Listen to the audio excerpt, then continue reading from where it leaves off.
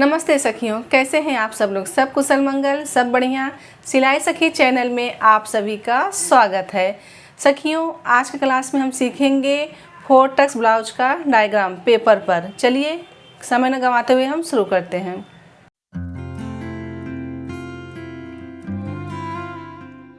देखिए, हमने पेपर लिए हैं और पेपर को इस तरह से फोल्ड किए हैं डबल। हमारे तरफ बंद घड़ी है, सामने 2 पेपर आएगा इस प्रकार से। तो इसमें हम बैक पार्ट और फ्रंट पार्ट दोनों बताने वाले हैं। तो देखिए, सबसे पहले हमें लंबाई देखना है। तो 34 के साइज़ का हम बता रहे हैं आपको। 34 के साइज़ में लंबाई 13 तैयार आता है। तो जैसे जिसको और लेंथ में ज़्यादा चाहिए तो आप नीचे से बढ़ा सकते हैं। तो देखिए, ये 34 के चेस्ट में हमें लंबाई तैयार 13.5 चाहिए, तो हम 14.5 लेंगे।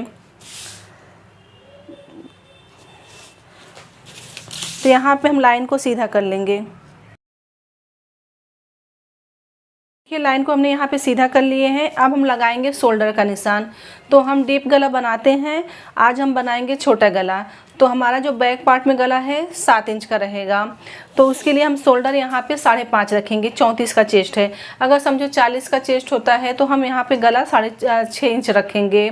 अगर 44 का बनाते हैं तो 6.5 रखेंगे। इस प्रकार से आप गला रख सकते हैं छोटे गले के लिए। तो डीप गला हमारा नहीं है, 34 के चेस्ट में हम यहाँ पे 5.5 लेंगे। अगर आपका डीप गला बनाते हैं ब्रॉड में तो आप यहाँ पे शोल्डर 5 इंच रखेंगे, लेकिन हम गला छोटा बना रहे हैं तो यहाँ पे 5.5 पे निशान लगाएंगे। तो ये 5.5 हो गया और गले का नेक हम यहाँ से लेंगे 2.25 इंच पे। तो 2.25 इंच हमारा यहाँ पे आ रहा है। देखिए, ये जो पट्टी है ये चौड़ी होती है। तो जैसे ये पट्टी आपको कम चाहिए, जैसे अगर डीप गला बनाते हैं तो ये 5 पे आप ले सकते हैं, ठीक है। अब देखिए, अब यहाँ से हमारा आर्म होल आएगा। आर्म होल हम यहाँ पे 5.5 पे निशान लगाएंगे। तो 5.5 हमारा यहाँ पे आ रहा है और यहाँ से भी देख लेंगे 5.5 इंच। तो हमें दोनों तरफ से देखना पड़ता है, कम ज़्यादा ना हो। अब ये लाइन को हम सीधा कर लेंगे, आर्म होल की लाइन। ये आर्म होल की लाइन है। अब देखिए, 34 के चेस्ट के लिए चौथा भाग हम लेते हैं। तो चौथा भाग आएगा हमारा 8.5 इंच। तो 8.5 पे हम यहाँ पे निशान लगा लेंगे और 2 इंच हम मार्जिन देंगे। तो 2 इंच हमारा यहाँ पे आ रहा है। अब ये लाइन को हम सीधा कर लेंगे। इस प्रकार से आपको लाइन को सीधा कर लेना है। ये देखिए, अब देखिए, यहाँ हम कमर का मेजरमेंट नहीं करेंगे, हम पूरा बॉक्स बनाएंगे। तो यहाँ भी हम मार्क कर लेंगे एक 8.5 पे और 2 इंच हम मार्जिन। ये देखिए,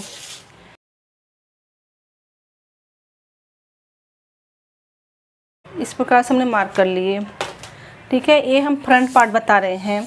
तो देखिए, यहाँ से हमें गला 6 पे तैयार चाहिए, तो हम यहाँ पे 6.5 लेंगे। 6.5 क्यों ले रहे हैं? आधा इंच हमारा शोल्डर में जाएगा। यहाँ से भी हम 2.25 इंच देख लेंगे। अगर आपको थोड़ा ब्रॉड चाहिए तो आप ब्रॉड कर सकते हैं शेप में। ऊपर 2.25 रखे, नीचे 2.25 रखे हम। इसको इस लाइन में हम जोड़ देंगे, ठीक है। अब यहाँ से हमें ये गोलाई देना, ये हमारा फ्रंट पार्ट है। थोड़ा अगर ब्रॉड करना चाहते हैं आप ब्रॉड कर सकते हैं इस प्रकार से हल्के में।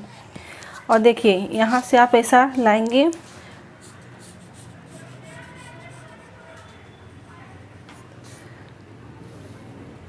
इस प्रकार से।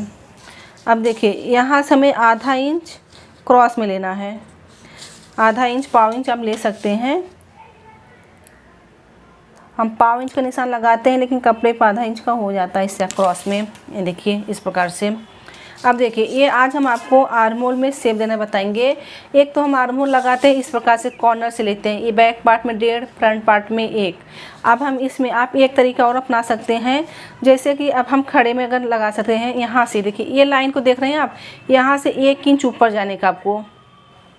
अगर 40-42 का हुआ तो हम, जैसे 40 का हुआ तो 1.25, अगर 42 का हुआ, 44 का हुआ तो यहाँ से 1.5 इंच ऊपर जाएंगे। तो ये देखिए, हमने यहाँ से 1 इंच ऊपर गए और यहाँ से ये लगभग हमारा ये आधा इंच रहेगा। तो यहाँ से देख लेंगे हम आधा इंच, ठीक है। अब इसको हम शेप तो बहुत ही आसानी से लाता है, हम आपको दिखाएंगे। तो एक काम करते हैं, इसको हम पहले कटिंग करके निकाल लेते हैं, फिर शेप देने में अच्छा लगेगा।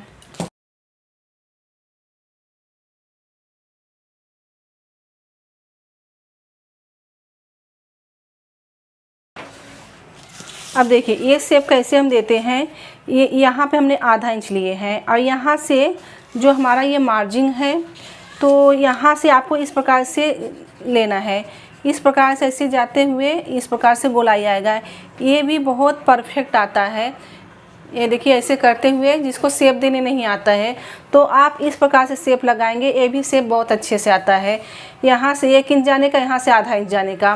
तो ये हमारा जो अभी मैंने शेप लगाया ये हमारा बैक पार्ट का हो गया। अब हम फ्रंट पार्ट पे देखेंगे तो इस प्रकार से निशान लगाते हुए ऐसा शेप देना है आपको, इस प्रकार से। इसके बाहर नहीं जाना है। ये जो हमने यहाँ पे आधा इंच निशान लगाए हैं, इस प्रकार से आपको गोलाई देते हुए इसमें मिला देना है।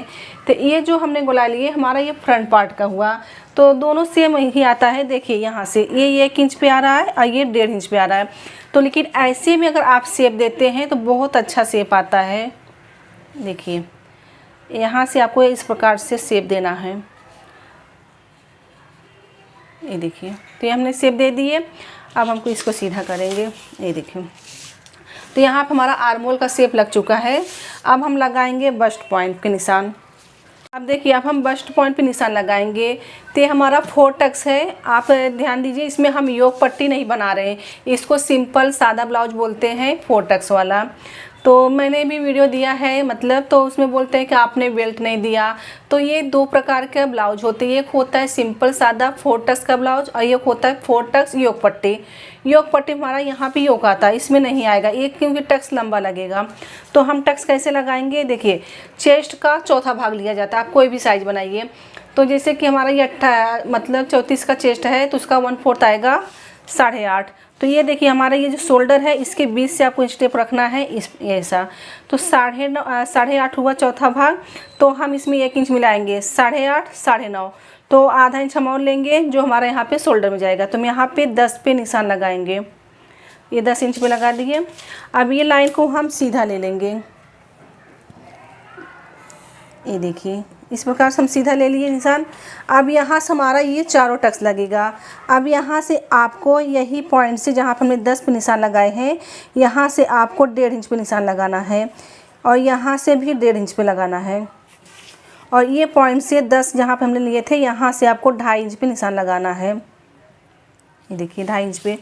अब देखिए, अब ये वाला हम लगाएंगे बटन पट्टी की तरफ जो जाता है, इस प्रकार से। इसको हमें 1.5 इंच का सिलाई देना रहता है।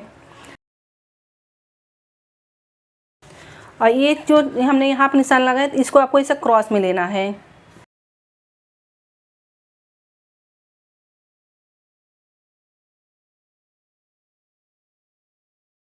अब ये देखिए यहाँ से हमारा फ्रंट पार्ट से लगेगा, ये हमारा 1.5 इंच का लगेगा सिलाई।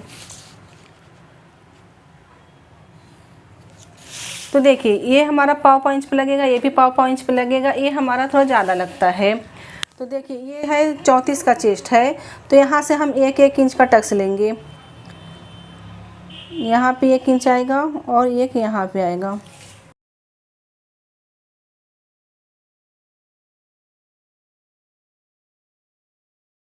ये हमारा टक्स लगा के हो गया है। अब इसका हम कटिंग करेंगे। हाँ, अब आपको यहाँ पे समझाएंगे। ये हमारा बड़ा टक्स लगेगा। आप इसको 1.25 पे भी लगा सकते हैं, 1 इंच पे भी लगा सकते हैं। ये टक्स क्यों मैं ऐसा बोल रही हूँ, जैसे कि जैसे चेस्ट जैसे जिसका ज़्यादा रहता है तो हम यहाँ पे ज़्यादा दबाते हैं, जैसे कि, और जैसे कम रहता है तो हम कम भी लेते हैं। तो ये पफ आने के लिए, अगर पफ आपको चाहिए तो इसको ज़्यादा हम दबाते हैं, पफ नहीं चाहिए तो नाम के लिए हम दबाते हैं। और बाकी जो 3 टक्स है नाम के लिए होता है, 1.5 इंच का हमारा टक्स लगेगा।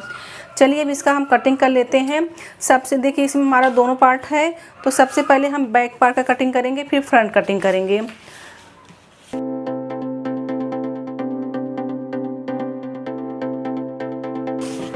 अब यहाँ से ये पार्ट को हम अलग कर लेंगे, फ्रंट पार्ट।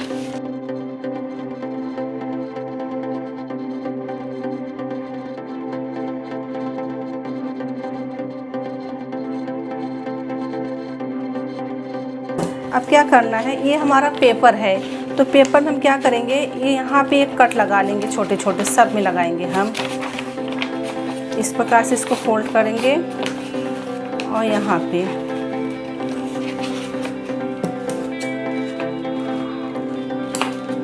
इस प्रकार से हमने एक कट लगा लिए।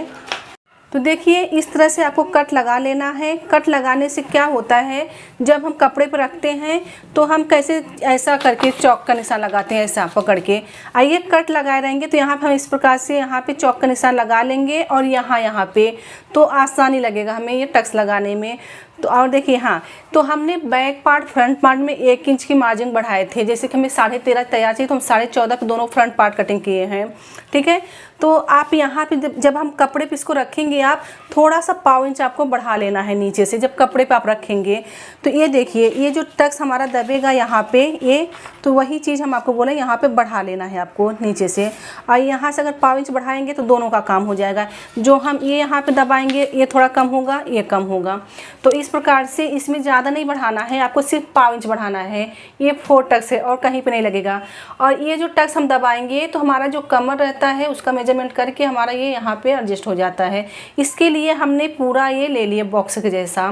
तो आप फ्रंट पार्ट अच्छे से समझ गए। अब चलते हैं हम बैक पार्ट पे। अब देखिए बैक पार्ट में ये अपना आउटलाइन निकल गया है। ये जो हमने इसमें अब इसमें खाली हमें लगाना है मार्जिन। ये देखिए यहाँ पर हम 2 इंच का निशान लगा लेंगे और यहाँ पे 2 इंच का। तो ये हमारा दोनों एक साथ निकल गया, ये देखिए। और यहाँ पे शेप तो हमारा पहले से निकल गया। अब हमें यहाँ क्या बनाना है, गला बनाना है। तो जैसे हमने फ्रंट पार्ट में 2.25 रखे थे, इसमें भी हम 2.25 रखेंगे क्योंकि ये दोनों पट्टी सेम होना चाहिए ना। तो 2.25 यहाँ पर रख दिए। और ये गला हमें चाहिए 7 पे तैयार। तो 7 पे चाहिए तो हम यहाँ से 7.5 पे निशान लगाएंगे। तो आधा इंच हमारा यहाँ पे जाएगा सिलाई में। तो यहाँ से हम रखेंगे 2.5 इंच। ऊपर से हमने 2.25 लिए, नीचे से हमने 2.5 लिए। ये थोड़ा सा हमें ब्रॉड करना है, 1/4 इंच हमने बढ़ाया है ज़्यादा। और इसमें तभी हमने इस प्रकार से क्रॉस नहीं किया था, ये भी कर लेंगे। ये गला हमारा हो गया। अब हमें टक्स लगाना है। ये जो हमारा शोल्डर है इसके बीच से आपको लगाना है। तो देखिए यहाँ से हमें 4 इंच पे लगाना है। तो 4 इंच हमारा यहाँ पे आ रहा है।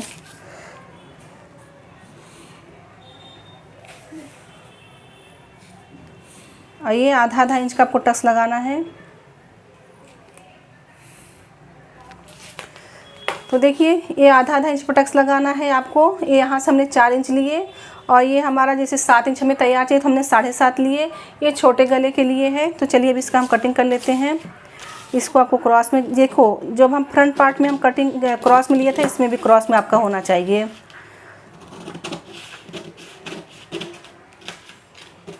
आप एक साथ भी कटिंग कर सकते हैं, दोनों पार्ट रख के। हमने अलग अलग किए इसलिए अलग अलग। तो देखिए हमारा ये बैक पार्ट तैयार हो गया। अब हम देखेंगे स्लीव्स।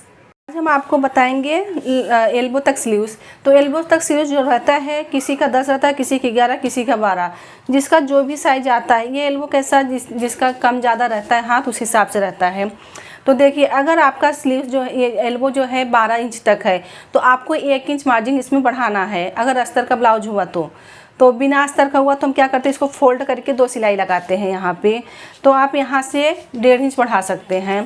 तो देखिए यहाँ से समझो कि हम अस्तर वाला ही बता रहे हैं, 1 इंच बढ़ा रहे हैं मार्जिन। तो 12 पे हमारा तैयार है, तो हम यहाँ से 13 पे निशान लगाएंगे। तो देखिए 13 इंच हमारा यहाँ पे आ रहा है। अब ये लाइन को हम सीधा कर लेंगे। इस प्रकार से हमने लाइन को सीधा कर लिए। अब देखिए,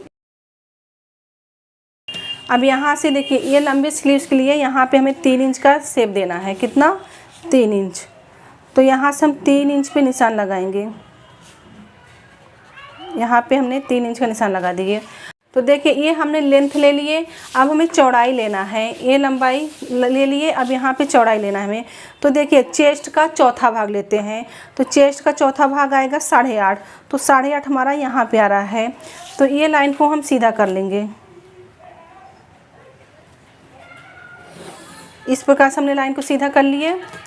अब देखिए ये जो होता है ये हमारा दंड घेर होता है, राउंड होता है स्लीव्स का। तो ये जैसे कि अभी समझो कि 34 का चेस्ट का है, तो इसका राउंड कितना आएगा, 11 आएगा। 34 का है तो उसका हाफ होगा 5.5। तो यहाँ पे हम 5.5 पे निशान लगा लेंगे। और यहाँ से हम 2 इंच मार्जिन देंगे इस प्रकार से। अब देखिए यहाँ से हमें कितना छोड़ना है, 3 इंच छोड़ना है शेप के लिए, तो 3 इंच हमारा यहाँ पे आ रहा है। अब यहाँ से हम 2 इंच ऊपर सीधा जाएंगे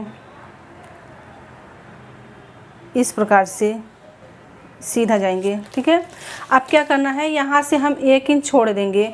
अब हमें शेप देना है, तो ये 2 इंच जो गए तो इस प्रकार से आपको शेप देना है, गोलाई देते हुए इसमें मिला देना है।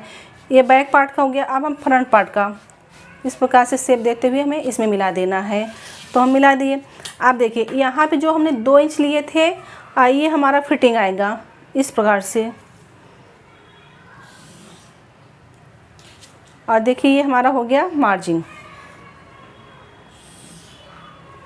तो देखिए ये हमारी फिटिंग लाइन गई, ये हमारी मार्जिन, 2 इंच आपका कपड़ा नीचे जो बचेगा। तो चलिए अब इसका हम कटिंग कर लेते हैं।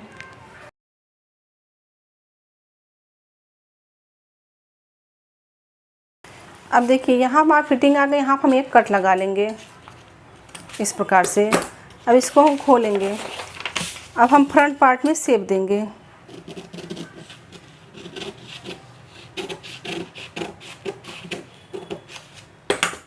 तो देखिए हमारा एल्बो की स्लीव्स तैयार हो गई। तो आपको भी इस प्रकार से स्लीव्स बनाना हुआ एल्बो का, तो इस प्रकार से आपको लेना है। तो सखियों आज के क्लास में हमने सीखा 4 टक्स ब्लाउज का डायग्राम पेपर पे, और इसमें हमने कुछ सीखा नया एल्बो स्लीव्स बनाना। तो सखियों इस तरह से आप भी पेपर पैटर्न तैयार कर सकते हैं। इस साइज अगर आप आएगा आपके पास तो आप बना सकते हैं। तो सखियों मैं उम्मीद करती हूँ कि आज क्लास आपको पसंद आया होगा और बहुत ही आसान लगा होगा। अगर फिर भी अगर आपको डाउट है तो हमें कमेंट करके ज़रूर बताएं। तो सखियों आज का क्लास हम यहीं ख़त्म करते हैं। समझें, सीखें, सफल बने। मिलते हैं अगले क्लास में।